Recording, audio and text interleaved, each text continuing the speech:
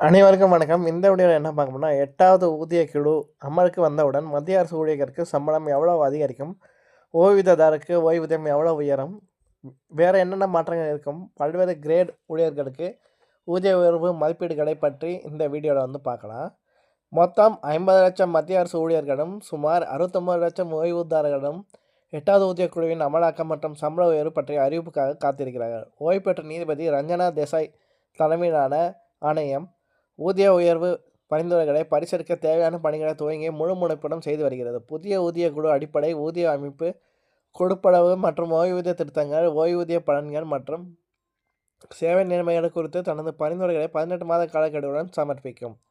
8வது ஊதியங்களுக்கான அறிவிப்பை இந்த ஆண்டு ஜனவரி மாதம் மத்திய அரசு வெளியிட்டது. அதன் பிறகு அடுத்த கட்ட நடவடிக்கை நீண்ட தாமதமாக இருந்தது. 8வது மத்திய ஊதிய குழுவிற்கான விதிமுறைகள் அக்டோபர் 28, 2025 அன்று அறிவிக்கப்பட்டதால் குழு தனது அறிக்கையை 18 மாதத்துக்குள், அதாவது ஏப்ரல் 2027க்குள் சமர்ப்பிக்கும் என்று எதிர்பார்க்கப்படுகிறது. குழு தனது அறிக்கையை சமர்ப்பித்த பிறகு அரசாங்கம் பரிந்துரைகளை மதிப்பாய்வு செய்து செயல்படுத்த வழக்கமாக சுமார் 6 மாதங்கள் எடுக்கும். அதாவது திருத்தப்பட்ட ஊதிய அமைப்பு 2027ஆம் ஆண்டின் பிற்பகுதியிலோ அல்லது 2028ஆம் ஆண்டின் முதற் பகுதியிலோ நடைமுறைக்கு வரலாம். சம்பளம் மற்றும் ஓய்வூதிய உயர்வை கணக்கிடுவதில் பிட்மெண்ட் ஃபேக்டர் முக்கிய பங்கு உள்ளது.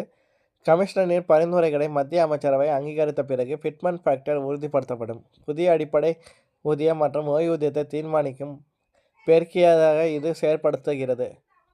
பழைய அடிப்படை ஓய்வூதியத்துடன் பிட்மெண்ட் ஃபேக்டர் பெருக்கப்பட்டு புதிய அடிப்படை ஓய்வூதியம் நிர்ணயிக்கப்படுகிறது. 8வது ஊதிய குழுவிற்கான பிட்மெண்ட் ஃபேக்டர் 1.86 முதல் 2.57 வரை இருக்கலாம்.